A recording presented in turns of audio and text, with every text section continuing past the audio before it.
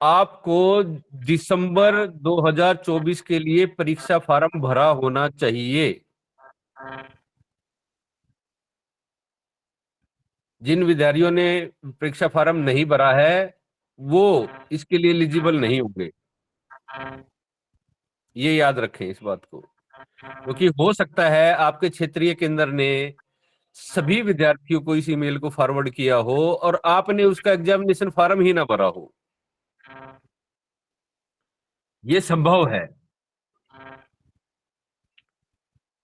तो ऐसे बहुत सारे विद्यार्थी होंगे। एक दो दिन वैसे आप अटेंड कर लीजिए। अगर कोई हेडक्वार्टर से हमें निर्देश प्राप्त हुआ तो आपको विकल्प दे दिया जाएगा। अगर नहीं हुआ है तो फिर आप इस प्रैक्टिकल के लिए योग्य नहीं होंगे। ठीक है। सर, आशा करता हूँ इस सर मैं बात को क्षमा आप लोगों चाहूंगा। ने। अभी कुछ नहीं पूछना भाई रविंद्र भाई, अभी कुछ नहीं पूछना। अभी निर्देशों को सुन लीजिए, बस सुन ठीक है लीजिए। सर। हाँ, ये प्रश्न उत्तर कार्यक्रम नहीं है, इसमें सुनना है बस बात को। अभी फिलहाल जब प्रश्न उत्तर होगा तब हम आपके प्रश्न लेंगे और उनका समाधान करने की भी कोशिश करेंगे। ठीक है। तो तीन चीजें मैंने प्रमुख रूप से बोली हैं। आपके पास आपका स्टूडेंट आई कार्ड होना चाहिए। दूसरी बात, आपके कोर्स की वैलिडिटी दिसंबर 2024 तक होनी चाहिए। हो सकता है इसमें कुछ पुराने विद्यार्थी हों, तो वो वैलिडिटी भी आपको पता होनी चाहिए, क्योंकि वो अननोन नंबर आपके पास है। अभी अभी हमारे पास नहीं आया है ना, हमने उसको भी आप लोगों से प्राप्त किया है, तो उसके लिए एक व्यवस्था की जाएगी। उसमें फिर जब हमारे पास डाटा आएगा तो हमें तो पता लग जाएगा, लेकिन फिर भी आप मेरे को ये बाद में ये कहो कि 3-4 दिन हो गए जी आप लोगों ने पहले नहीं बताया, तो ये जानकारी आपको स्वयं होनी चाहिए। आप डिस्टेंस बोर्ड में हैं तो ये जानकारी का अधिकार आपको खुद है कि आपकी जो इग्नू की वेबसाइट के ऊपर से भी जानकारी उपलब्ध रहती है कि आपके कोर्स की वैलिडिटी कब तक है। तो दिसंबर 24 तक आपके प्रोग्राम की वैलिडिटी होनी अनिवार्य है। तो तीन चीजें मैंने प्रमुख रूप से बोली हैं। और जब ये स्तर समाप्त होगा तो पुनः मैं व्हाट्सएप ग्रुप का लिंक आप लोगों के लिए साझा करूंगा। जिन विद्यार्थियों ने अभी व्हाट्सएप ज्वाइन नहीं किया है वो उस लिंक के माध्यम से व्हाट्सएप ग्रुप को ज्वाइन कर लेंगे। तीसरी बात, एक और बात मैं बोलना चाहूंगा, चौथी बात का विशेष रूप से ध्यान रखें। मेरे नंबर पर कोई भी विद्यार्थी चैट नहीं करेगा। ना मुझे गुड मॉर्निंग भेजेगा, ना मेरे को कोई पर्सन भेजेगा। अभी आप अपने पर्सनों को रोक के रखें। जब हम व्हाट्सएप ग्रुप में आपसे आग्रह करेंगे कुछ पूछने का या आपको एक अवसर देंगे, उस टाइम पे आप अपने प्रश्न रखिएगा। या अपने प्रश्न जब स्तर समाप्त हो जाता है, मैं आप लोगों के प्रश्न उत्तर का अलग से सेशन लिया करूंगा 2-4-5 मिनट का। ठीक है। विशेष रूप से ध्यान रखना है, बीच में कोई प्रश्न नहीं करना है। आप अपने प्रश्न को नोट कर लीजिए। जब अंत में हमारे जो विशेषज्ञ हैं आपको अवसर देते हैं, उस टाइम पे अपने प्रश्न को आप पूछिए उनसे। आप ये आपका अधिकार है। अब समय की वचनबद्धता को देखते हुए मैं डॉक्टर नीलेश जी से आग्रह करूंगा कि आज के स्तर को आरंभ करेंगे, और एक विशेष विनती भी साथ में कि हम समय का अतिक्रमण नहीं करेंगे। जी डॉक्टर साहब। बहुत बहुत धन्यवाद कार्यक्रम के संचालक आदरणीय श्री तेजपाल जी, आज के ऑब्जर्वर आदरणीय डॉक्टर युद्धवीर जी और प्यारे विद्यार्थियों शिक्षार्थियों। आइए प्रार्थना के साथ आज के सत्र का प्रारंभ करते हैं। आप सबसे प्रार्थना है, जो सिटिंग पोस्टर आपको इजी लगे उसमें बैठकर, किंतु कमर और गर्दन को सीधा रखते हुए अपने दोनों हाथों को जोड़ेंगे, अपनी आती और जाती श्वासों के ऊपर एकाग्रता बनाएंगे, आंखों को बंद करके अपने श्वास प्रश्वास पर कुछ देर निगाह कीजिए।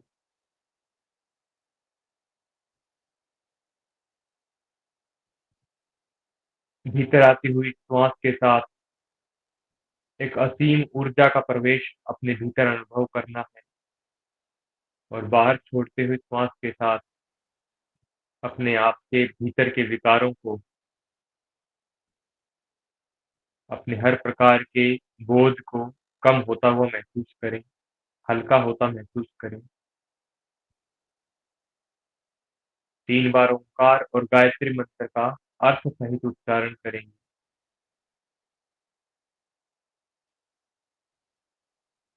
ओम।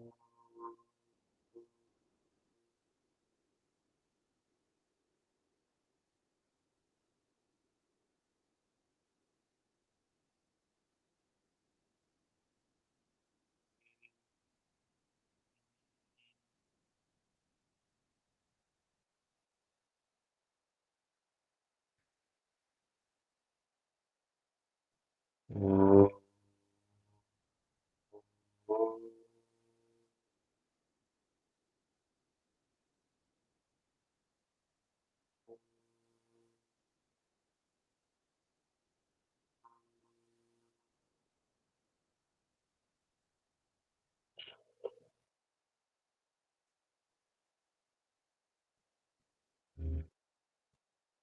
ओम।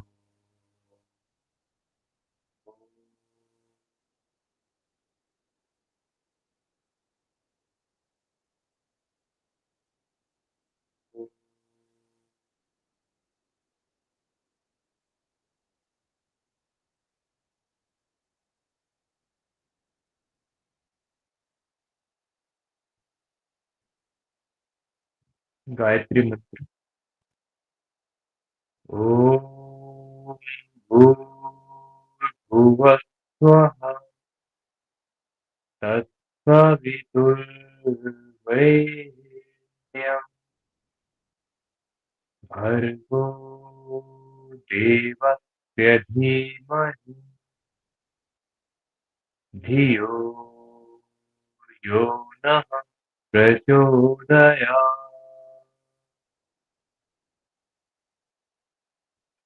गायत्री मंत्र में हम प्रार्थना करते हैं, हे प्रभु, तूने हमें उत्पन्न किया, पालन कर रहा है तू, तुझसे ही पाते प्राण हम, दुखियों के कष्ट हरता है तू, तेरा महान तेज है छाया हुआ सभी का, सृष्टि की वस्तु वस्तु में तुम हो रहे हो विद्यमान, तेरा ही धरते ध्यान हम मांगते तेरी दया, ईश्वर हमारी बुद्धि को श्रेष्ठ मार्ग पर चला। ओम शांति शांति शांति। सर्वेभ्यो नमः।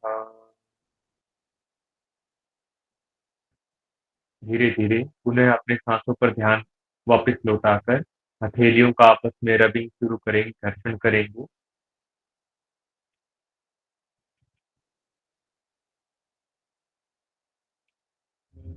और आंखों पर, गालों पर, चेहरे पर रखेंगे कुछ देर।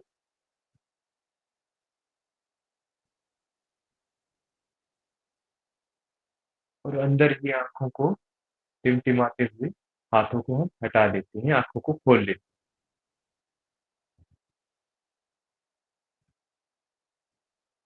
प्रार्थना का संपूर्ण योगाभ्यास में बहुत महत्वपूर्ण रोल होता है। तो प्रार्थना के समय जैसी जैसी अनुभूति कही जाती है, सबसे पहले एक योग शिक्षक को, अब आप सब योग का सर्टिफिकेट कोर्स कर रहे हैं, तो आप योग शिक्षक बनने की दहलीज पर हैं। सबसे पहले जो हम इंस्ट्रक्शंस अन्यों को देते हैं बतौर योग शिक्षक, वो सब हमने पहले महसूस किया हुआ होना चाहिए। इसलिए जब प्रार्थना की बात कर रहे हैं, ध्यान की बात कर रहे हैं, जब श्वासों पर निगाह करने की बात कर रहे हैं, तो ये सब चीजें बतौर योग साधक जब हम महसूस कर चुके होते हैं, तो योग शिक्षक की ड्यूटी पर आते हुए, किसी और को बताते हुए, हमारे भीतर एक बहुत बड़ा आत्मविश्वास भी होता है और स्पष्टता भी होती है, क्लैरिटी भी होती है। हम अच्छे से बता पाते हैं। इसलिए ध्यान पूर्वक सुबह सबसे पहले प्रार्थना का अभ्यास हो, और आज हमने गायत्री मंत्र का उच्चारण किया। इसमें हम 4 से 5 अ, प्रार्थनाएँ हैं, मंत्र हैं, हम उनको शामिल कर सकते हैं। अ, उसमें गायत्री मंत्र सबसे महत्वपूर्ण है। कल आदरणीय डॉक्टर युद्धवीर जी ने भी गायत्री मंत्र का उच्चारण किया था। दोस्तों, अभी आज हमारा दूसरा दिन है और आखिरी के दिन आपका वाइवा रहेगा। तो अंत तक मैं पहले ही जागरूक कर रहा हूँ आपको, दूसरे ही दिन मैं आपको जागरूक कर रहा हूँ। जो मंत्र है, इसका सुस्पष्ट एकदम क्लियर उच्चारण, चैंटिंग आपकी मंत्रों के उच्चारण की प्रैक्टिस करने के लिए अभी आपके पास 10 दिन है। किसी भी प्रकार का हम तो खैर कुछ नहीं कहेंगे, लेकिन जो आपके मार्क्स चढ़ेंगे, जैसा आप उच्चारण करेंगे, तो आपके उच्चारण के आधार पर हम अपने मार्क्स लगाएँगे। इसलिए 10 दिन पहले ही मैं आपको सचेत कर रहा हूँ कि आप बहुत ध्यानपूर्वक मंत्रों को सीखिए। कम से कम 3 मंत्र आपको आने चाहिए। 3 मंत्र अर्थ के साथ, आपको उनका मीनिंग पता होना चाहिए। तो इसका सुस्पष्ट उच्चारण की आप प्रैक्टिस कीजिए।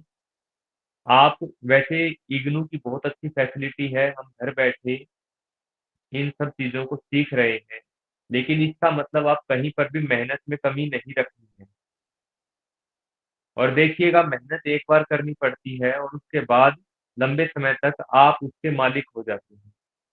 तो मंत्र के ऊपर अपना अच्छा ध्यान लगाइएगा और उसका उच्चारण और उसका मीनिंग, अर्थ, दोनों को आपने अच्छे से याद करना है। तो गायत्री मंत्र का मीनिंग कविता रूप में अभी हमने बोला, ये नेट पर मिल जाएगा आपको और मैं ग्रुप में भी डाल दूँगा। इसके साथ-साथ इसका एक मीनिंग, अर्थ, शब्दों का अर्थ, हर शब्द का अर्थ, उस नाते भी इसका एक उच्चारण का मीनिंग रहेगा। वो मैं अभी कुछ मिनट में आपके सामने रख देता हूँ, फिर मैं ग्रुप में डाल दूँगा। इसे भी आपने समझकर याद करना है। तो गायत्री मंत्र हम बोलते हैं ओम भूर्भुवः स्वः। ओम शब्द है, ओम शब्द को परमात्मा के, हमारे योग विज्ञान के अनुसार, योग ग्रंथों के अनुसार, वैदिक मत के अनुसार, योग ओम को ईश्वर का सबसे बड़ा नाम कहा। ईश्वर के कई नाम बताए गए, उसमें ओम सबसे बड़ा और सबसे पहला नाम।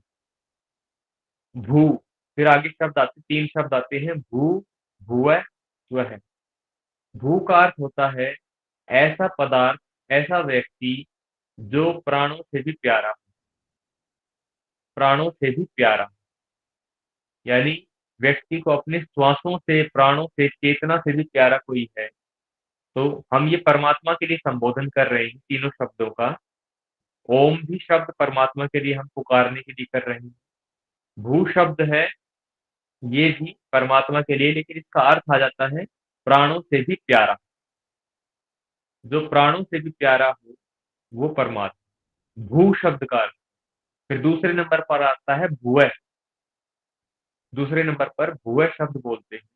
भुवः शब्द का अर्थ होता है दुःख नाशक, दुःख नाशक, destroyer of all kind of grief।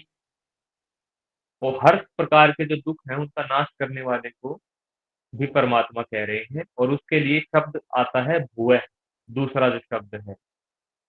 ये आप एक एक शब्द का अर्थ आपको पता होना चाहिए। वाइवा में इनके आपके नंबर जुड़ेंगे, वो एक पक्ष है। अन्यथा वैसे भी हम जिस देश में रहते हैं, हम जिस परंपरा, जिस संस्कृति से आते हैं, उस अनुसार भी हमें इन सब चीज़ों का पता होना चाहिए। तीसरा शब्द है स्वः। ओम भू भुवः स्वः। स्वः शब्द का अर्थ होता है सुख कारक। सुख कारक, जो सुख पैदा करता है। भुवः का अर्थ था दुख नाशक। स्वः का अर्थ है सुख कारक, दुख नाशक और सुख कारक। और भू का अर्थ था प्राणों से भी प्यारा। देखिए, मैं इनकी विवेचना नहीं कर रहा, केवल शब्दों के अर्थ बताता हुआ चल रहा हूँ। तो आप नोट करना चाहें, मैंने कल भी कहा था, कल आदरणीय तेजपाल जी और डॉक्टर युद्धवीर जी ने भी कहा था, अपनी नोटबुक पेन आप रखते हुए इनको लिखते रहें। फिर आता है तत्सवितुः वरेण्यम। तत् का अर्थ होता है वह। जैसे इंग्लिश में हम दैट, दिस का उपयोग करते हैं, ऐसे ही संस्कृत में तत् शब्द का अर्थ वह या उसे के लिए करते हैं। सवितुः, सवितुः का अर्थ होता है जिसने सूर्य चंद्र आदि का निर्माण किया, जिसने सृष्टि का निर्माण किया और इनको जो चला रहा, उसे सविता बोलते हैं, सविता शब्द बोलते हैं। और यहाँ पर क्लो की वजह से यहाँ सवितु आ रहा है। तत्सवितु वरेण्यम। वरेण्यम का अर्थ होता है प्राप्त करने योग्य, पाने योग्य, वर्ण करने योग्य। तत्सवितु वरेण्यम, वह सूर्य चंद्र लोकादिक को रचाने, बनाने वाला, चलाने वाला, तू ही एक प्राप्त करने योग्य है। वरेण्यम। भर्गो, भर्गो की नहीं, यहाँ शुद्ध जो शब्द है वो भर्ग है। भर्ग है। भर्गो देवस्य धीमहि। भर्गो का दो अर्थ होते हैं। एक अर्थ है जो पूर्ण शुद्ध स्वरूप है, जिसमें नाम मात्र की भी अशुद्धि नहीं है, पूर्ण शुद्ध है, ये परमात्मा के लिए आ रहा है। और भर्ग का दूसरा अर्थ है जो पापों को, क्लेशों को जलाकर भस्म कर देने वाला, जो क्लेशों को, दुखों को, पापों को जलाकर भस्म कर देने वाला। तो ऐसे शुद्ध स्वरूप परमात्मा या पापों को जलाकर भस्म कर देने वाले भर्गो देवस्य, देवों का देव। देवस्य का अर्थ यहाँ पर है देवों का देव। देव, देव किसे कहा गया है यहाँ पर? देव उसे कहा गया है जो निस्वार्थ भाव से देता है। निस्वार्थ भाव से, यानी जिसका स्वभाव है देने का, बांटने का, उसे देव कहते हैं। देने वाले को देव कहते हैं, देवता को देव कहते हैं। तो जो निस्वार्थ भाव से देता है उसे देव कहते हैं। जैसे वृक्ष हमें ऑक्सीजन देते हैं, फल देते हैं, तो वृक्षों को देव कहा जाता है। पर्वतों को देव कहा जाता है। नदी हमें पानी देती है तो नदी को देव, देव या देवी कहा जाता है। गंगा देवी, यमुना भर्गो देवी। का आपने क्या बताया है? भर्गो का दो अर्थ है। एक जलाकर भस्म कर देने वाला, पापों को, कष्टों को जलाकर भस्म कर देने वाला, दुखों को भस्म कर देने वाला। और दूसरा है पूर्ण शुद्ध स्वरूप, 100% शुद्ध स्वरूप। देवस्य यानी जो देव का मैंने अर्थ बताया, वृक्ष है, वृक्ष देव है, जल देव है, अग्नि देव है, वायु देव है, इंद्र देव है। बादल जो है ये भी हमें बारिश देते हैं, निस्वार्थ भाव से देते हैं, ये देव है। अंतरिक्ष देव है, धरती देव है, धरती हमारा भरण पोषण करती है, देव है। अन्न देव है, अनाज, अन्न, ये सब देव है। इन, लेकिन इन देवों का भी जो देवता है, इन देवों को भी जो देने वाला है, उसे यहाँ भगवान कहा है, वो परमात्मा कहा है। जैसे वृक्षों को फल कौन देता है, वृक्षों को छाया कौन देता है, वृक्षों को लकड़ी कौन देता है, तो इस प्रकार से नदी को जल कौन देता है। तो वो जो है देवताओं को भी देने वाला है, वो परमात्मा कहा है। देवस्य धीमहि। धीमहि शब्द का होता है हम मांगते हैं, हमें भी दीजिए। हे देवों के देव, हे संसार के पापों को जलाकर भस्म कर देने वाले पूर्ण शुद्ध स्वरूप परमात्मा, आप देवों के देव हैं। आप सारे संसार को देते हैं, आप हमें भी दीजिए, हम मांगते हैं। अंतिम चार शब्दों में हम परमात्मा से मांगते हैं, धीमहि यानी दीजिए। क्या मांगते हैं? धियो यो नः प्रचोदयात्। धियो यो नः प्रचोदयात्। ये 4 शब्द है, इसमें हम मांग रहे हैं। धिय शब्द का अर्थ होता है, धी शब्द बोलते हैं बुद्धि को। धी शब्द का अर्थ होता है बुद्धि। धी और यहाँ धियो आया है, यानी यहाँ पर बहुवचन के लिए है। धियो यानी हम सब की बुद्धि, सबकी बुद्धियों के लिए हम यहाँ प्रार्थना कर रहे हैं। जो सबकी नह, नह यानी हमारी, हम सबकी बुद्धियों को प्रचोदयात यानी सदमार्ग पर चलने की प्रेरणा दी, सही मार्ग पर चलने की प्रेरणा दी। गायत्री मंत्र में हम सद्बुद्धि मांगते हैं, यानी बुद्धि को सही मार्ग पर चलने की, सही कर्म करने की, सही विचार करने की प्रेरणा मांगते हैं। तो ये गायत्री मंत्र का पूरा अर्थ है। मैं एक बार इसको पूरा एक साथ दोहरा देता हूँ, आप में से किसी ने नहीं लिखा हो तो आप लिख दीजिएगा। वैसे आदरणीय तेजपाल जी बता रहे थे, ये पूरी रिकॉर्डिंग आपको यूट्यूब पर और फेसबुक पर भी मिल जाएगी, वहां से भी आप रिपीट कर सकते हैं। ओम भूर्भुवः स्वः। हे प्राणों से भी प्यारे, दुख नाशक और सुख के देने वाले, सुख कारक परमात्मा, आप और एकमात्र संसार में प्राप्त करने योग्य हो। आप ही संसार में प्राप्त करने योग्य हो। वरण जिसे बोलते हैं, आप ही वरण करने योग्य हो। हे शुद्ध स्वरूप, कष्टों को जलाकर भस्म कर देने वाले, देवताओं के देवता, देवताओं को भी देने वाले, हमें भी दीजिए। हम मांगते हैं, हमारी बुद्धियों को सदमार्ग पर चलने की प्रेरणा दीजिए, या हमें सद्बुद्धि प्रदान कीजिए। ये गायत्री मंत्र का अर्थ था। बहुत डिटेल से मैंने इसके बारे में बता दिया। अब अगले 10 दिनों तक इसके ऊपर गायत्री मंत्र पर चर्चा नहीं होगी। आप इसको अच्छे से याद करते रहें। अच्छी पुस्तकों से या इंटरनेट से आप इसके बारे में और खोजबीन कर सकते हैं। ये सीधे सीधे आपके परीक्षा के तो काम आएगा ही आएगा, लेकिन उससे बड़ी बात यह है जीवन में काम आएगा। तो आइए, अब हम जो कल अभ्यास किए थे, जल्दी जल्दी उनको एक बार रिपीट करेंगे और आज के हम कुछ नए आसनों को देखेंगे। तो कल हमने ग्रीवा शक्ति विकासक के अभ्यास आदरणीय डॉक्टर युद्धवीर जी ने किए थे। आप सबने मिलकर उन्हें सीखा था। उनको एक बार पुनः दोहराते हैं। बैठने की स्थिति आपकी बिल्कुल सीधी रहेगी। You should have to keep your neck as well as your back erect, in erect position. Your hands should rest on your knees, and if you apply some hasta mudra, these are called hasta mudras. When we touch tips of fingers and the tip of the thumb in a certain position, these come to make specific hasta mudra. Each and every hasta mudra has specific uh, benefits as well as specific their applications. We will discuss in later days on that. Now we will repeat what we learned yesterday. ग्रीवा शक्ति विकासक। पहली क्रिया इस प्रकार से, यहाँ बीच में सांस भरते हैं और सांस खाली करते हुए राइट साइड में आपका कान आपके कंधों की तरफ जाता है।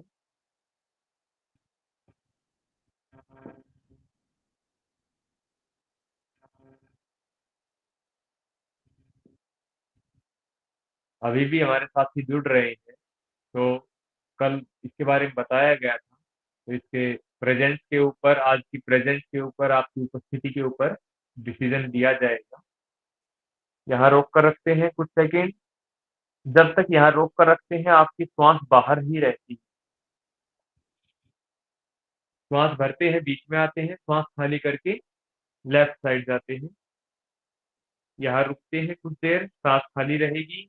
और जब यहाँ रुके हुए हैं तो आपके ऑपोजिट साइड, जैसे अभी हम लेफ्ट साइड में आपने बेंड कर रखा है, तो आपके राइट साइड के जो नेक के मसल्स हैं, इनमें लगातार खिंचाव बना रहता है। Inhale, exhale,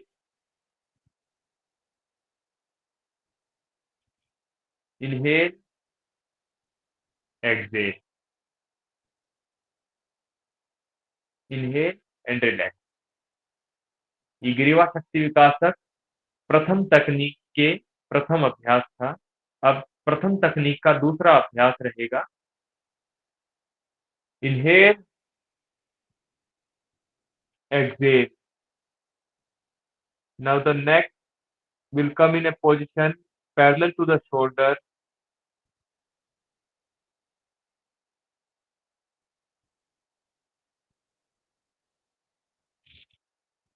Inhale, the neck will come in between, and while exhaling, we will turn it to the left side.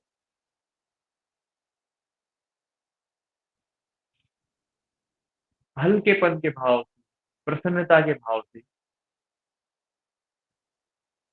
ये ग्रीवा शक्ति विकासक के प्रथम तकनीक के अभ्यास चल रहे हैं। ये दो अभ्यास अभी हमने किए।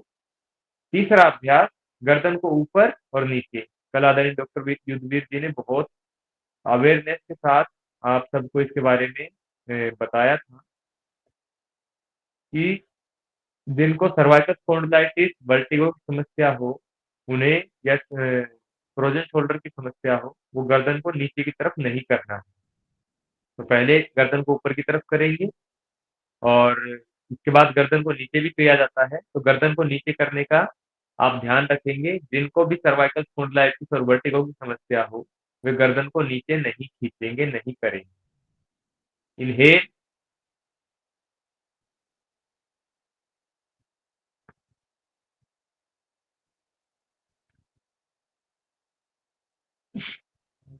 एक्सहेल। जिनको समस्या है वो यहीं बीच तक रुकेंगे, जिनको समस्या नहीं है वो थोड़ी को नीचे लगा सकते हैं।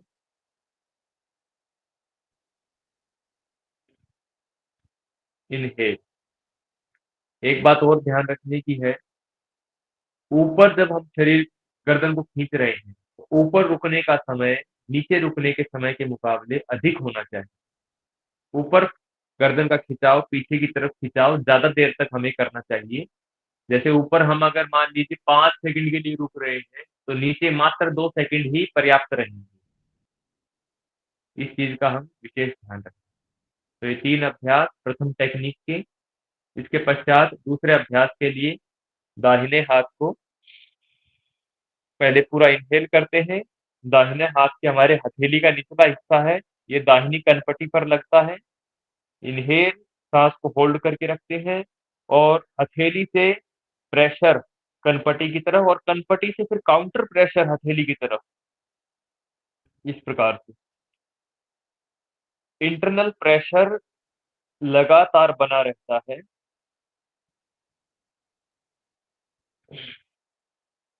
फिर एक्सहेल कर देते। याद रखिए, इनहेल कर कर ये प्रोसेस होगी।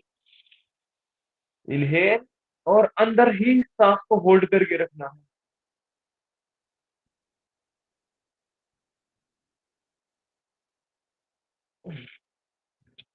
एक्सहेल। फिर से एक बार इनहेल। ये इसकी प्रक्रिया है, इसमें कोई विशेष सावधानी रखने की आवश्यकता नहीं है। इसके लाभ, जिनको सिर दर्द अधिक रहता है, टेंशन तनाव अधिक रहता है, या माइग्रेन की समस्या जिसे आधा सीसी का दर्द कहते हैं, आधा एक हिस्से में इतना भयंकर दर्द उत्पन्न होता है, तो उनके लिए बहुत लाभदायक। वैसे भी जो जिनका कार्यशैली बौद्धिक है, जो इंटेलेक्चुअल वर्किंग जिनकी ज्यादा रहती है, तो उनके लिए ये अभ्यास बहुत अच्छा है। तो ये दूसरी टेक्निक थी। तीसरी टेक्निक पर आते हैं। दोनों हाथों को इंटरलॉक करते हैं, उंगलियों को सिर के पीछे रखते हैं।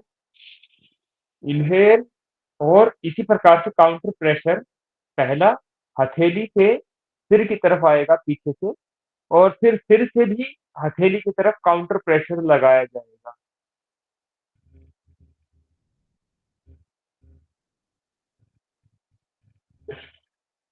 एक्सहेल करके प्रेशर को ढीला कर देते हैं।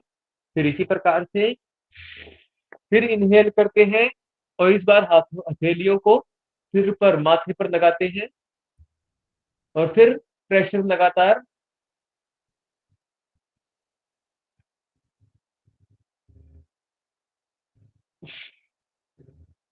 एक बार और इनहेल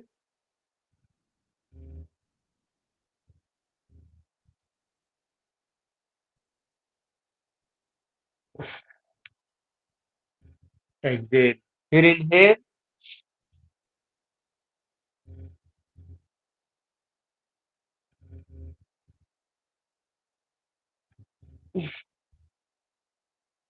ये आपके ग्रीवा शक्ति विकासक के 3 टेक्निक हैं। अभी हम सारे अभ्यास जो कल के थे उनको रिपीट नहीं करेंगे। आज हम कुछ नए अभ्यास भी सीखेंगे। तो आपको बैठ के करने वाले कुछ आसन, ध्यानात्मक आसन, आज हम उनका अभ्यास आपको करवाएंगे। तो इस प्रकार से पैरों को सामने की ओर खोल लेते हैं।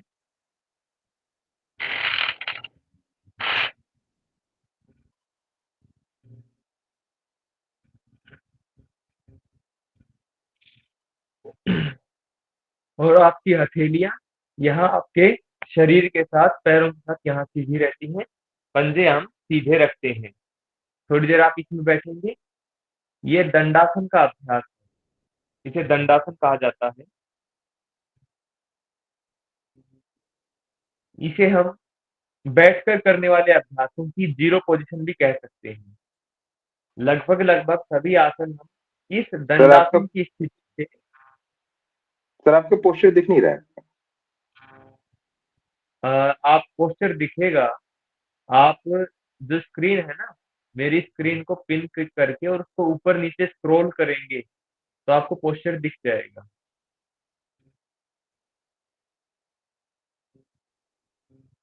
स्क्रीन को आप ऊपर नीचे या दाएं बाएं स्क्रॉल कर सकते हैं। ये गूगल मीट का फीचर है। ये दंडासन है। इसमें दिनेश भाई बिल्कुल ठीक है, पोस्चर कोई दिक्कत नहीं है, प्लीज कंटिन्यू। जी इसमें कमर को सीधे रखते हैं, शरीर सीधा रखते हैं, दोनों हथेलियां आपकी जंघाओं के पास रहती हैं और पंजे सामने की तरफ खींचे रहते हैं। ये दंडासन कहलाता है।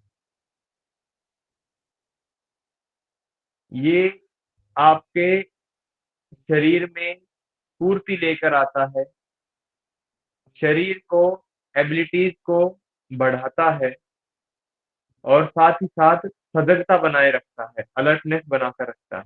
ये जीरो पोजीशन है, ध्यान रखिए, एक एक शब्द का आप ध्यान रखिए ताकि परीक्षा में आप इनका उत्तर दे सकें, इन सब चीजों का।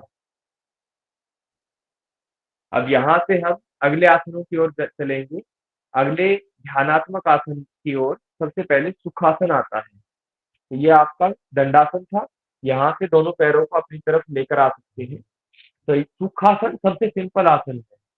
देखिए इस प्रकार से जो बैठते हैं, एक पैर इस प्रकार से आपका बाहर दिख रहा है, दूसरे वाला पैर भी ऐसे अंदर से यहाँ नीचे से बाहर दिखता है। दोनों घुटने ऊपर रहते हैं, पंजे दोनों नीचे की तरफ रहते हैं। अब आप कहेंगे ये तो सबसे सिंपल आसन है, ऐसे तो हम आमतौर पर बैठते ही है, आमतौर पर ऐसे ही बैठा जाता है। सच बात कह रहे हैं आप। इसी आसन को सुखासन कहा गया क्योंकि आमतौर पर व्यक्ति जब भी नीचे बैठता है तो इसे इसी अवस्था में बैठता है। उत्तर भारत में इसे आलसी पालती मारकर बैठना भी कहा जाता है। आलसी पालती, इसे आलसी पालती कहा जाता है। और यही आपका सुखासन है जिसमें व्यक्ति का, सामान्य व्यक्ति का बैठने का अभ्यास होता है और इसीलिए इसका नाम भी यही रखा गया, सुखासन, यानी सुख पूर्वक व्यक्ति अधिक देर तक इसमें बैठ सकता है। तो ये सुखासन है और इसमें कोई विशेष सावधानी की आवश्यकता नहीं है, सभी व्यक्ति इसको कर सकते हैं, बशर्ते जिनके लोअर बैक में सीवियर पेन हो या जिनके हिप जॉइंट में बहुत अधिक समस्या हो, वो इसको अवॉइड करना चाहिए और बाकी सभी इसको आराम से नीचे बैठ सकते हैं।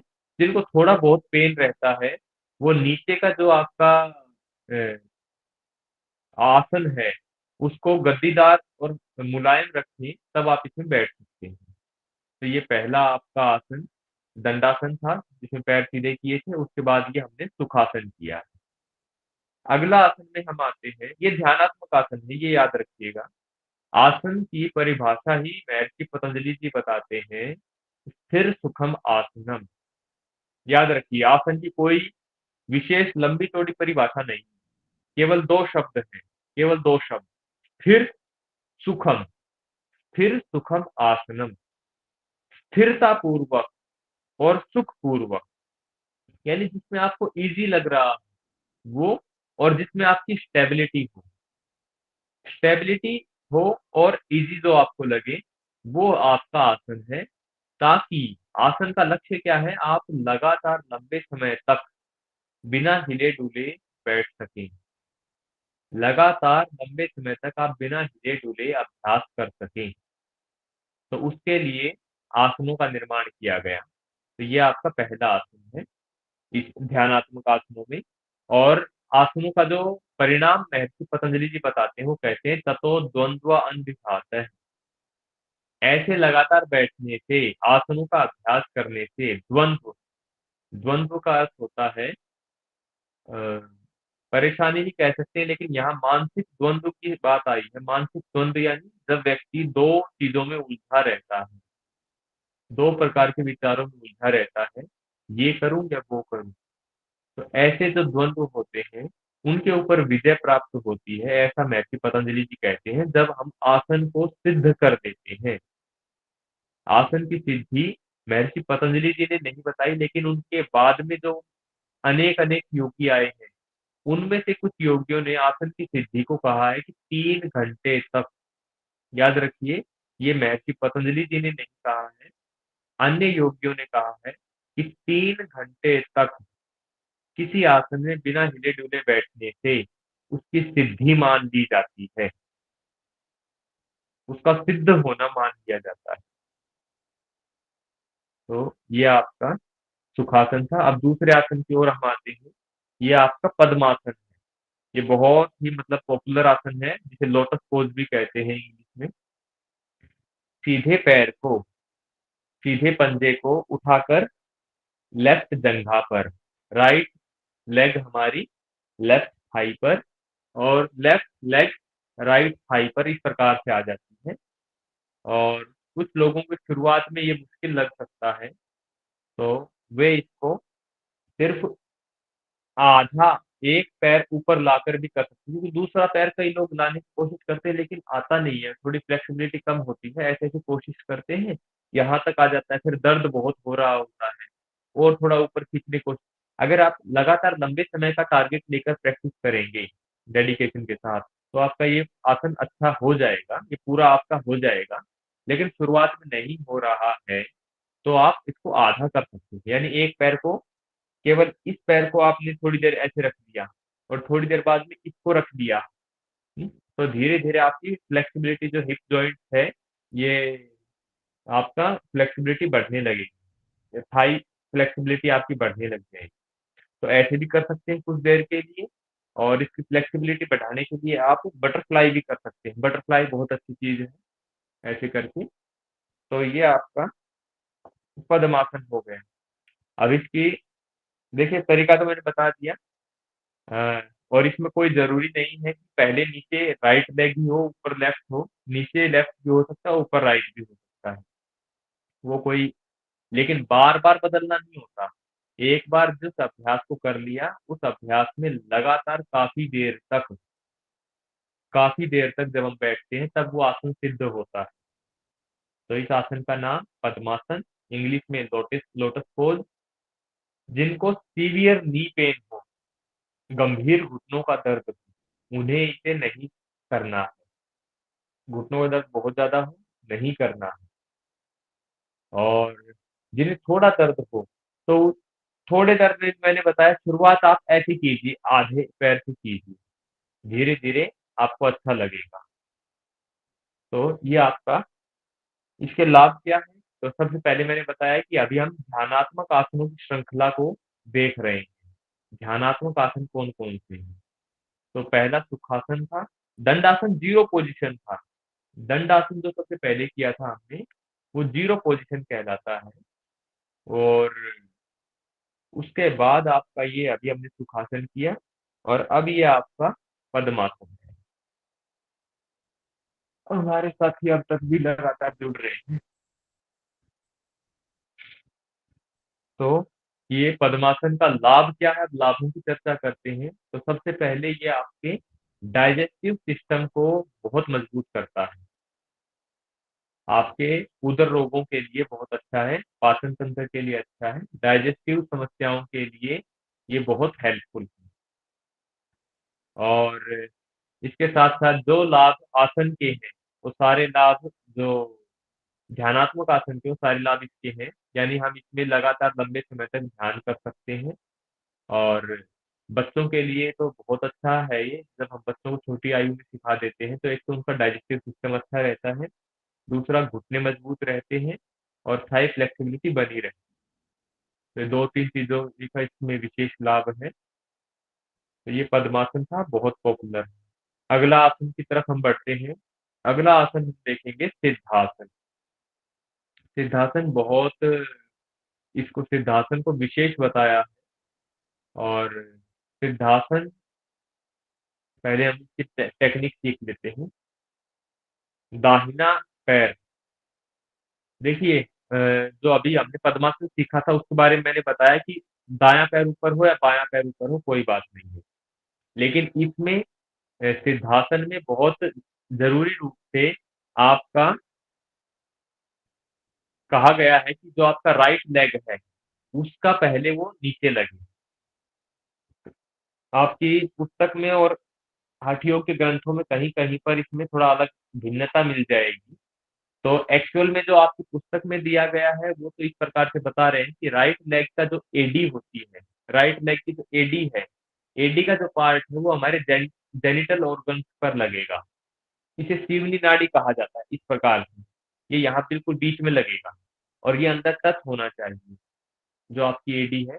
और इस एडी के ऊपर दूसरे पैर की एडी रहेगी, एडी के बिल्कुल ऊपर दूसरे पैर की एडी रहेगी। और ये जो आपके लेफ्ट लेग का अंगूठा और उंगलियां हैं, ये आपके काफ मसल्स और थाई, जो आपके राइट लेग के काफ मसल्स और थाई है, इसके बीच में ये सिचुएट हो जाती है। तो इसे कहा गया है सिद्धासन। जो आपका नीचे वाला लेग है, उसकी जो आपकी हील है, एडी है, वो लगातार आपके जेनिटल ऑर्गन्स पर प्रेशर बनाकर रखेगी, लगी रहेगी, वहां टच रहेगी। और इस स्थिति में आप जब करते हैं तो आपको सहज रूप से कमर सीधी करते हैं, तो आपका एकाग्रता ध्यान निरंतर बनाए रहता है। इसे सिद्धासन कहा। हठ योग के जो कुछ विशेष ग्रंथ हैं, आपने थ्योरी क्लासेस में पढ़ा होगा, मैंने भी थ्योरी क्लास ली थी तब भी उसके बारे में बताया था कि हठ योग के ग्रंथों में सिद्धासन को आसनों का राजा कहा गया, सर्वश्रेष्ठ आसन कहा गया। अलग अलग आसन है, तो उन सभी आसनों में सिद्धासन को विशेष आसन कहा गया, चाहे वो हठयोग प्रदीपिका हो या घेरंड संहिता हो। दोनों ही पुस्तकों में सिद्धासन को सबसे विशेष आसन बताया है। तो ये ध्यानात्मक आसनों में सबसे अच्छा है। तो जिनको एकाग्रता की कमी अनुभव होती है वे सिद्धासन का उपयोग कर सकते हैं। ये बहुत अच्छा है, ब्रह्मचारियों के लिए बहुत अच्छा है। हाँ, जिनको मैंने बताया था हठयोग के ग्रंथों में इसके बारे में बताया गया है, जिनको ग्रस्त लोगों को इसका उपयोग नहीं करना चाहिए, बाकी ब्रह्मचारी लोग इसका उपयोग कर सकते हैं। ये आपका सिद्धासन है। इससे आगे अगला आसन हम करेंगे स्वस्तिक आसन। स्वस्तिक आसन में आपका दाहिना पैर का पंजा आपका लेफ्ट नी के पीछे, बाएं घुटने के पीछे आपका दाहिना पंजा आ जाता है, इस प्रकार कि आपकी जंघा और जो आपकी पिंडली है इसके बिल्कुल बीचों बीच आ जाता है। इसी प्रकार से आपका जो लेफ्ट पैर का पंजा है, इसको भी पकड़कर राइट नी के बिल्कुल पीछे, आपके पिंडली और जंघा के बिल्कुल बीच में ये इसको हम लगा लेते हैं। यानी जो आपके दोनों पंजे हैं, वो विपरीत पिंडली और जंघा के बिल्कुल बीचों-बीच उनको सिचुएट कर लेते हैं। ये आपका बन जाता है स्वस्तिकासन। ये भी पेट के रोगों के लिए अच्छा है और इसके साथ-साथ आपके ध्यानात्मक आसनों में इसकी विशेष स्थान है। इसे कहते हैं स्वस्तिकासन। तो ये आपके कुछ ध्यानात्मक आसन थे, जिसमें हमने सबसे पहले सुखासन किया। दंडासन को आप ध्यानात्मक आसनों में नहीं रखेंगे। दंडासन 0 पोजीशन है, जिसमें बैठकर कि अ, किन्हीं साथी का मैसेज आ रहा है कि आप पोजीशन नहीं देख पा रहे हैं। देखिए, मैं अब दोबारा बता देता हूँ। मेरी स्क्रीन के ऊपर पूरी पोजीशन आ रही है। इसका मतलब ये है, जो स्क्रीन मुझे अपने मोबाइल पर दिख रही है, वो आपके मोबाइल पर भी आएगी। इसलिए आप बस उसमें ऐसा है, आप मेरी जो अ, वीडियो आपके मोबाइल पे आ रही है, नीलेश उसको भाई आप स्क्रोल मैं बोल देता जी, हूँ। एक तो नीलेश भाई की जो पहले से ही आईडी है हमने पिन की हुई है, आप लोग को स्वाभाविक रूप से दिखाई दे रही होगी। ऊपर से आप इस वीडियो को जूम इन और जूम आउट कर सकते हो। उंगलियों से जैसे हम जूम करते हैं वैसे जूम इन और जूम आउट जब देखेंगे तो उनका पिक्चर आपको क्लियर आ जाएगा। प्लीज कंटिन्यू मेरे भाई। जी धन्यवाद। कोई भी अभ्यास, कोई भी आपको जो इमेज मुझे यहाँ दिख रही है ना, उसका कोई भी कोना आप देखना चाहते हैं, तो आदरणीय तेजपाल जी ने बिल्कुल सही बताया। आप जूम इन या जूम आउट करेंगे, तो वो आपको वहीं पर पूरा अच्छे से डिटेल से दिख जाएगा, हम पिक्चर को कहते हैं। तो ये आपके 4 आसन थे, इसमें सबसे पहले हमने सुखासन किया। सुखासन में बहुत सिंपली बैठते हैं और हालाँकि ऐसा मत मानिएगा कि वो उसमें सिंपल है तो हम लगातार लंबे समय तक बैठ पाएँगे, ऐसा नहीं है। उसमें भी गंभीर अभ्यास और गंभीर निरंतर आपकी लगातार आपकी डेडिकेटेड प्रैक्टिस चाहिए। सुखासन में भी जैसे अभी सुखासन की बात है, किसी को लगता है कि मेरे से पद्मासन नहीं लगता, ये मुश्किल है। लेकिन जब आसनों की बात करते हैं, आसन सिद्धि की बात करते हैं, तो ये और ये बराबर हैं, क्योंकि आप शुरुआत में तो ये आपने लगा दिया सुखासन, शुरुआत में लगा दिया आप, लेकिन इसकी निरंतरता बनाए रखना आसन है। आसन का मतलब क्या है? स्थिर सुखम आसनम। इसमें लगातार स्थिरता पूर्वक, सुख पूर्वक काफ़ी देर तक बैठना। काफ़ी देर का मतलब क्या है? जितनी अधिक देर तक आप बैठेंगे, उतने ज़्यादा आपको शारीरिक और आध्यात्मिक लाभ मिलेंगे, मानसिक लाभ मिलेंगे। इसमें भी कई लोग शुरुआत में तो बैठ जाते हैं, फिर कभी थोड़ी देर ऐसे हाथ करते हैं पीछे आराम करने के लिए, कभी पैर ऐसे कर देते हैं, तो वो आपका आसन नहीं बचा, वो आपका आसन नहीं रहा। कभी ऐसे करके ऐसे-ऐसे सरकते हैं, कभी पीछे हो जाते हैं, ये आसन नहीं बचा। स्थिरता पूर्वक और सुख पूर्वक लंबे समय तक बैठना, वो आसन कहलाता है। तो इसलिए आप थोड़ा दर्द होगा, देखिए मान लीजिए जैसे पद्मासन की बात है, ये बहुत ही प्रसिद्ध आसन है।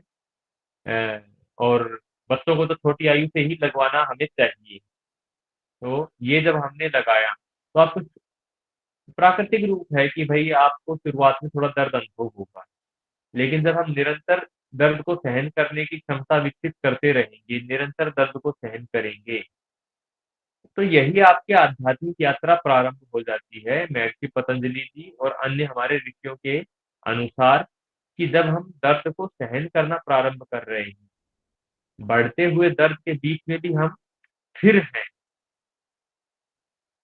हम परेशान नहीं हो रहे हैं, हम स्टेबल होने की कोशिश कर रहे हैं बढ़ती हुई कठिनाइयों के बीच में, यही योग है। तो ये आपके 4 आसन रहे। अब इसी में हम 2 आसनों को और देख लेते हैं, जो अ, आपके सिलेबस का हिस्सा है। तो आइए पहले दंडासन में आ जाते हैं। ये दंडासन है। दंडासन से हम अगले आसन में आएँगे, जो कि मतलब ये भी एक बहुत ही प्रसिद्ध आसन है, इसका नाम है वज्रासन। वज्रासन। वज्रासन में सावधानी मैं पहले बता देता हूँ, जिनको घुटनों का गंभीर दर्द है, who are suffering from severe knee pain, they should not try to practice Vajrasana. They should avoid Vajrasana.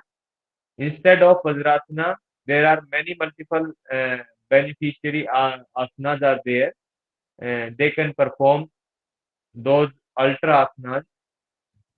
तो आप इसमें क्या करेंगे कि दाहिना जो आपका एक पैर है दंडासन की पोजीशन से एक पैर को यहाँ मोड़कर घुटने से मोड़कर और पंजे को पीछे की तरफ लेके जाते हैं, अपने हिप के पीछे रखते हैं और दू इसी फिर अब इसके ऊपर जोर लगाकर दूसरे पैर को मोड़कर लाते हैं और इसको भी इसी प्रकार से रखते हैं और इस प्रकार से बैठ जाते हैं। अब मैं आपको पीछे से आगे से दिखाता हूँ। देखिए, अब पंजों पे थोड़ा सा ध्यान दीजिएगा, आप चाहे जूम करके देख सकते हैं। जो एड़ियां है, एड़ियां साइडों में रहेंगी, आपके हिप के साइड में रहेंगी और जो अंगूठे हैं, पैरों के अंगूठे, ये आपस में टच रहेंगे और इस प्रकार से फीट हमारे फ्लैट रहेंगे। एड़ियां साइड में, पंजे अंगूठे दोनों जुड़े हुए और इससे जो एक ये सिटिंग पोस्चर बनता है, यहाँ हमें बैठना है। तो पीछे से आप इसका देखा, आगे से दोनों घुटने जुड़े रहेंगे, कमर आपकी सीधी रहेगी और दोनों हथेलियां हमारी घुटनों पर रहती हैं। ये आपका वज्रासन का प्रॉपर पोस्चर है। कुछ लोग इसमें थोड़ा सा मतलब अनअवेयर रहते हुए या लेस अवेयर रहते हुए ऐसे बैठ जाते हैं पैरों को खोलकर। देखिए, ऐसा कोई विशेष वो नहीं है कि आपको लाभ कब हो जाएगा, लेकिन जो प्रॉपर तरीका है, जब हम एक योग शिक्षक बनना चाहते हैं तो हमें इस चीजों का प्रॉपर तरीका आना चाहिए। तो ये आपका प्रॉपर पोस्चर है जिसमें हथेलियां आपके घुटनों पर रहेंगी। तो सामने इसमें विशेष जो ध्यान देने की बात है पोस्चर वाइज, वो पीछे का जो हिस्सा है, हम कई बार कुछ साथी इसको करते करते ऐसे कर देते हैं। ध्यान दीजिएगा, हो सकता है आप में से भी किसी ने किया हुआ हो। पंजे पर पंजा ऐसे ले लेते हैं, बस वो थोड़ी सी जागरूकता की कमी कर देते हैं, ध्यान की कमी के कारण ऐसे कर लेते हैं। तो वैसे तो ये यहाँ पोस्चर गलत हो गया, वाइवा में भी आपके नंबर कटेंगे और वैसे भी भविष्य में ये ठीक पोस्चर आपका नहीं कहलाएगा। ये ऐसे कर लेते हैं या कुछ लोग ऐसे करते हैं, यह भी बहुत गलत तरीका है। खड़े नहीं होना, एड़ियां बीच में नहीं रहेंगी, एड़ियां साइड में इस प्रकार से रहेंगी, गद्दी बनाते हैं। तो ये आपका वज्रासन है। वज्रासन कहाँ काम आता है? तो वज्रासन आपके डाइजेस्टिव सिस्टम को इंप्रूव करने में हेल्प करता है। तो ये आपका वज्रासन, ये ध्यानात्मक आसनों में नहीं है, ये शारीरिक स्वास्थ्य को बढ़ाने वाले आसनों में से है। यहीं पर ही हम एक आसन और देख लेते हैं।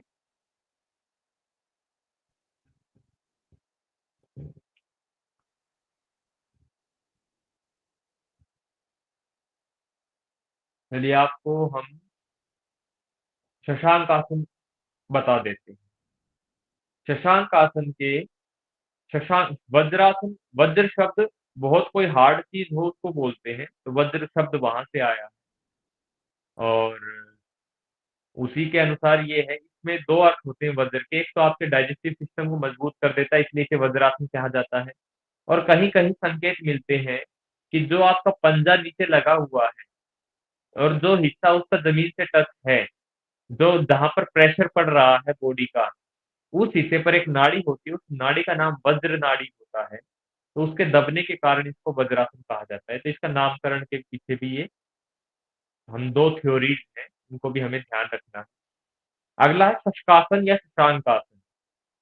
शशांक का अर्थ होता है चंद्रमा और शशक का अर्थ होता है खरगोश। दोनों इसी के ही नाम है, थोड़ा सा अंतर है।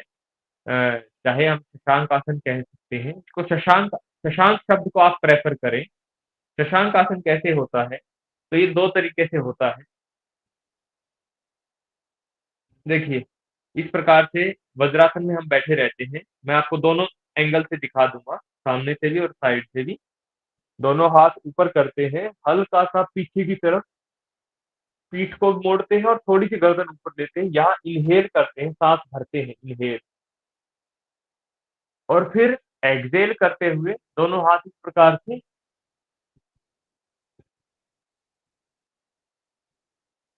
और माथा नीचे लगा देते हैं। हाथ सामने तक फैल जाते हैं, जितने दूर जा सकते हैं। हथेलियाँ नीचे ज़मीन पर टिक जाती हैं, माथा ज़मीन पर लगा देते हैं। ये आपका शशांक आसन या शशकासन का एक पोस्चर है। मैं इसको एक बार दोबारा करके दिखाऊँगा आपको अच्छे से। इसका पूरा प्रॉपर तरीके से सिखाएँगे आपको, लाभ भी बताएँगे।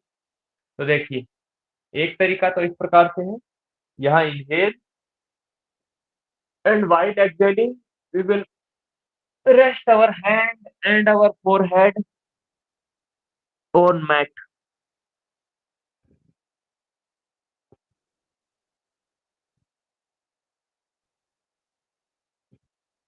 जब सांस वापस आना हो तो सांस भरकर आते हैं और ऐसे हाथों को साइड से नीचे कर देते हैं। एक तरीका ये। इसी में ही दूसरा तरीका होगा जब हम सामने से दोनों पैरों में गैप कर देंगे। दोनों घुटने हमारे दूर हो जाएंगे लेकिन पीछे से पैरों में गैप नहीं आएगा, पीछे से पोजीशन सेम रहेगी। पीछे से पंजे आपके जैसे वज्रासन में थे वैसे के वैसे ही रहेंगे। यहाँ पर फर्क क्या पड़ेगा? इन्हेल और एक्सहेल करते हुए अब आप माथा और पेट या चेस्ट ये जमीन पर लगा सकते हैं। जिनकी जितनी फ्लेक्सिबिलिटी अलाउ करती है वो यहाँ ऐसे लगा सकते हैं। आंखों को सामने जाने देते हैं, माथा लगा सकते हैं, ठोडी लगा सकते हैं और चेस्ट को लगाने की कोशिश करते हैं।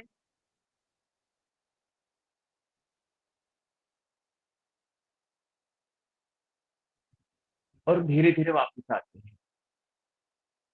ये आपका एक साइड से मैंने दिखाया, सामने से दिखाया फ्रंट से, अभी एक बार साइड से दिखा देता हूँ, बाकी आपको समझ में आ जाए। पहले पैर साथ में करके इन्हेल,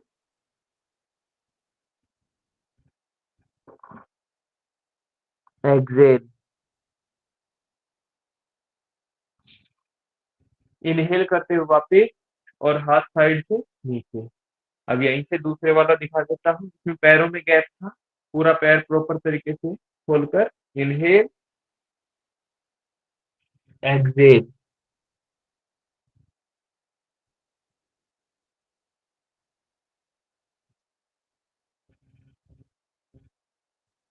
इन्हेल एंड रेस्ट। तो ये आपके वज्रासन में अब इनको पैरों को हमने सामने की तरफ खोल के और रिलैक्स पोजीशन में हम बैठ गए। अब मैं इसके बारे में शशांक आसन के बारे में आपको कुछ बता देता हूँ। तो शशांक और शशक आसन दोनों इसके नाम है। इसका अर्थ होता है चंद्रमा। ये आपके जिनको घुटनों का दर्द हो उन्हें ये परफॉर्म नहीं करना है, निश्चित मानिए। दूसरा, सावधानी इसमें ये रखनी है कि नीचे आपके जब आप बैठे हैं तो नीचे आपके अच्छा गद्देदार या थोड़ा-सा मतलब जिसमें आपको आराम मिले। बहुत हार्ड सरफेस ना हो, थोड़ी-सी सॉफ्ट सरफेस हो। जैसे मैट होता है हमारा, वो मैट आपका प्रॉपर हो। इसके जो लाभ हैं, इसके शारीरिक और मानसिक दोनों लाभ हैं, शारीरिक और मानसिक। शारीरिक लाभ आपके इसके हैं कि जब आप पैरों को खोलकर पैरों को बंद करके जाते हैं, तो ये आपके डाइजेस्टिव सिस्टम के लिए अच्छा रहता है, विशेष तौर पे। और जब हम पैरों को खोलकर नीचे जाते हैं, चिन लगाते हैं और चेस्ट लगाने की कोशिश करते हैं, पेट तक का हिस्सा लगाने की कोशिश करते हैं, तब ये आपकी पीठ के लिए बहुत अच्छा है। पीठ के लिए बहुत अच्छा है, पीठ की फ्लेक्सिबिलिटी के। और जब हम माथा नीचे लगाते हैं, तो उस समय अगर हम बिल्कुल सरेंडर पोज़ीशन में आ जाते हैं मानसिक रूप से, तो ये आपको बहुत आरामदायक स्थिति देता है। हमें मन को बड़ा आराम महसूस होता है। तो ये आपके शशांक आसन या शशकासन है। मैंने इसकी सावधानियां, इसके लाभ और इसकी प्रक्रियाएं पूरी डिटेल से आपको बता दी। तो आज हमने अभ्यास किए हैं, पहले कल के जो ग्रीवा शक्ति विकासक के जो अभ्यास थे आदरणीय डॉक्टर युद्धवीर जी ने करवाए थे, उनको हमने रिपीट किया। और इसके पश्चात आज कुछ आसन हमने देखे, उसमें सबसे पहले हमने दंडासन, उसके करने की प्रक्रिया हालांकि आसान थी, बहुत आसान है, लेकिन इसके संबंध में मैंने जो बताया उनको याद रखिएगा। बैठकर करने वाले आसनों में जीरो पोजीशन कहलाती है, यानी लगभग सभी आसन हम यहाँ से शुरू कर सकते हैं बैठ के करने वाले, और वापिस इसी आसन पर हम लौट कर आ सकते हैं, और आना भी चाहिए। फिर इसके दंडासन के पश्चात हमने 4 आसन किए ध्यानात्मक, ऐसे आसन जिनकी पोजीशन लेकर हम ध्यान स्थिति लगा सकते हैं, ध्यान कर सकते हैं। उसमें एक सुखासन था, दूसरा सिद्धासन था, पद्मासन था और स्वस्तिक आसन था, 4 आसन। इसके पश्चात 2 आसन हमने अंत में सीखे, एक वज्रासन सीखा और अभी अंत में बिल्कुल हमने शशांक आसन सीखा है। तो शशांक आसन के दोनों वेरिएशन हमने सीखे हैं। सभी प्रकार के हमने सभी आसनों की करने की प्रक्रियाएं, उनकी सावधानियां, उनके नाम का अर्थ और उनका लाभ, ये सब चीजों के ऊपर हमने डिटेल से चर्चा की है। अब हम इसके बारे में आज के सत्र का हम समापन करते हैं, और इसके पश्चात कोई 1-2 प्रश्न हो तो जैसा आदरणीय तेजपाल जी कहें वैसा करेंगे। तो अभी हम शांति पाठ के साथ आज के सत्र का हम समापन करते हैं। ओम द्योः शांति अंतरिक्षं शांति पृथ्वी शांति आपः शांति ओषधयः शांतिः वनस्पतयः शान्तिर्विश्वे देवः शान्तिर्ब्रह्म शान्तिः सर्वगं शान्ति शान्तिरेव शान्तिः सामा शान्तिरेधिः। ॐ शान्ति शान्ति शान्तिः। सर्वेभ्यो नमः।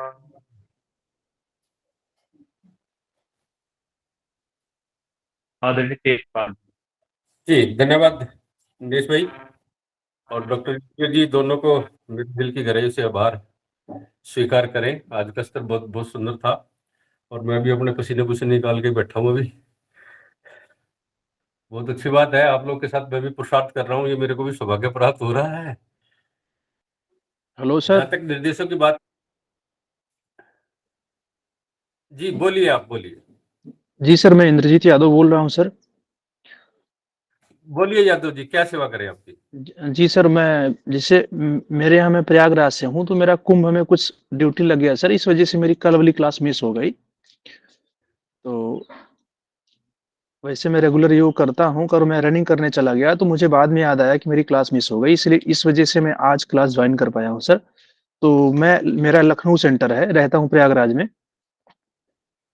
तो सर मैं तो क्या कल वाली आप क्लास ये बताइए, सेवा क्या करें आपकी, ये बताइए। आप तो बड़े तो नेक सर कार्य में लगे हुए हैं। तो मेरी क्लास का अटेंडेंस क्या होगा सर? मैं मुझे फिर से ज्वाइन करना पड़ेगा मई में, या मेरा अब एक क्लास छूटा है, कुछ हो सकता है इसके बीच में? चलिए, आज और कल के लिए 2 दिन के लिए हमने समय याचना में रखे हुए हैं, और आज भी बहुत सारे विद्यार्थियों ने 6:15 के बाद भी ज्वाइन किया है और हमने उनको आज परमिशन दे दी है। लेकिन कल जी से जी 6:05 तक, तो 5 मिनट का तो उसमें छूट रह सकती है, लेकिन इसके बाद मैं अन्य ग्रुप एडमिन से भी आग्रह करूंगा कि अगर कोई विद्यार्थी आता है तो उसको हमें प्रवेश नहीं देना है, क्योंकि हमारे नंबर जी ऑफ सर। इस टाइम ग्रुप एडमिन होते हैं। जी जी जी सर, मेरा अच्छा यादव लखनऊ जी, हो गया सेंटर है आपका? सर। हो गया, बस आप माइक बंद कर लीजिए, आपका हो गया। Okay sir. नमस्ते सर, मेरा नाम रजनी है। सुन लीजिए, पहले पहले मुझे सुनोगे, आपके लिए लाभदायक है। आप मुझे सुनाओगे तो उसमें परिणाम इतने अच्छे नहीं आएंगे। मेरे ही मैं जो बोल रहा हूँ तो आपके बहुत सारे प्रश्नों के उत्तर यहीं पर ही हो जाएंगे। सर मैंने व्हाट्सएप पे मैसेज भी किया था। एक्चुअली मैंने जुलाई 2024 में एडमिशन लिया है, तो मैंने असाइनमेंट जमा करा दिए, लेकिन मैं पेपर नहीं दे पाई थी जो ये दिसंबर में हुए थे। तो सर मैं इस प्रैक्टिकल के एलिजिबल हूँ या नहीं हूँ आप, क्योंकि उस टाइम प्रैक्टिकल, अगर आपने एग्जामिनेशन फॉर्म भरा है तो आप एलिजिबल है, सर अगर अगर नहीं फॉर्म, भरा है तो नहीं है। तो सर उस टाइम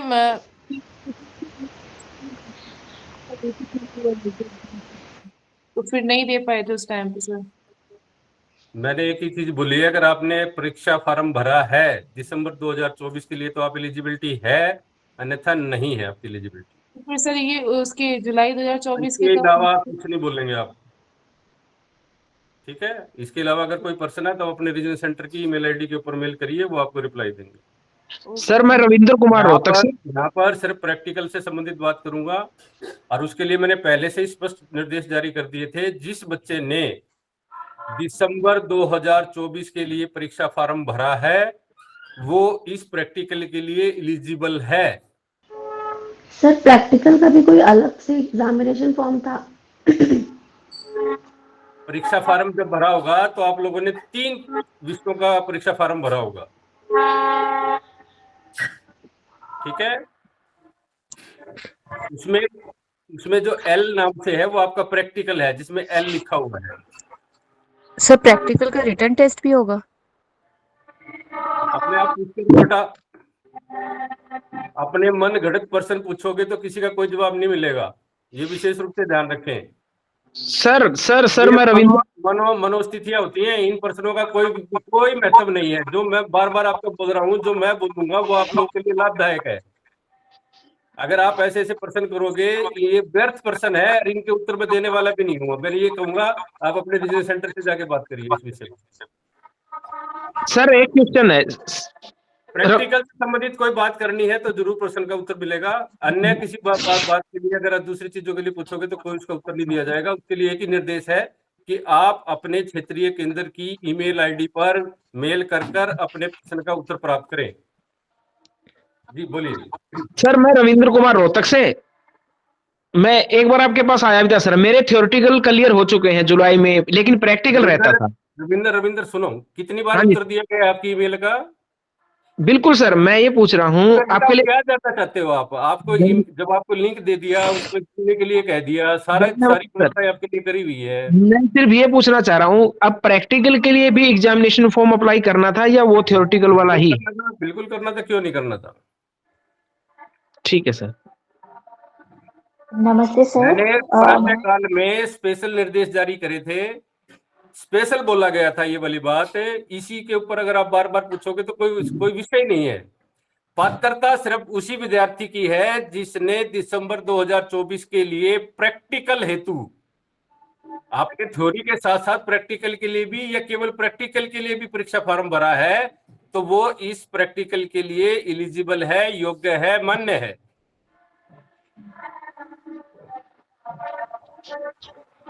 नमस्ते सर। लॉग बुक जो हमारी है उसमें एक पेज है कॉन्टैक्ट सेशन का, जिसमें सेशन 1, 2 और 3 ऐसे दिया हुआ है। तो हम सिर्फ सेशन 1 में जैसे कल युद्धवीर सर का क्लास था, आज नीलेश सर का क्लास है, तो हम बस अभी पेंसिल से इसको कर सकते हैं और बाकी के सेशन 2 और 3 छोड़ सकते हैं। बिल्कुल ठीक है बेटे, बहुत ठीक है जी, थैंक यू सर। हाँ, ये है, ये रिलीवेंट पर्सन है। इस प्रकार के कोई पर्सन है तो वो बहुत मतलब अच्छा लगता है कि विद्यार्थी सीरियस और अपनी चीज को देख रहा है, महसूस कर रहा है। Sir practical, sorry sir interrupt you. Sir practical में जो योगासन्स हो रहे हैं हमारे रोज डेली बेसिस पे, वही लिखने हैं या फिर हम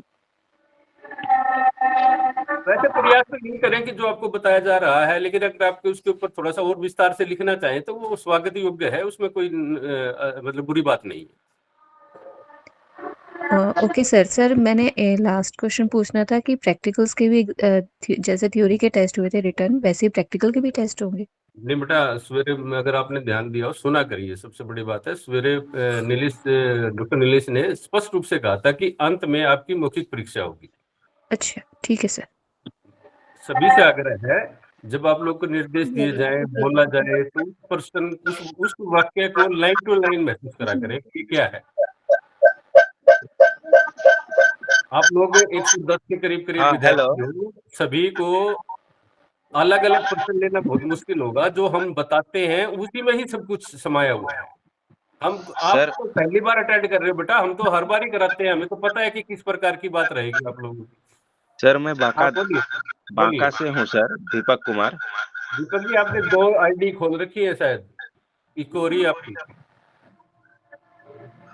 हेलो सर। बोलिए। हाँ ये क्या कहते हैं, जो लॉग बुक मिला है वही प्रैक्टिकल उसमें बनाना है ना? हाँ, जो लॉग बुक है उसी को भरना है प्रतिदिन आधार पे।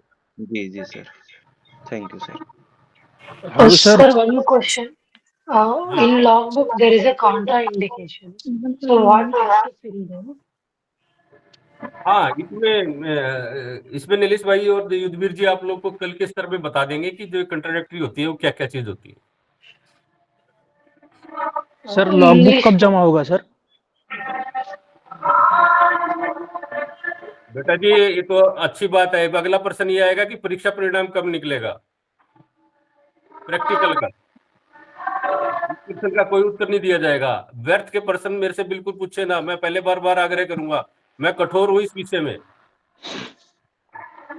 प्रैक्टिकल से संबंधित बात करिए। माइक बंद कर लीजिए अपना।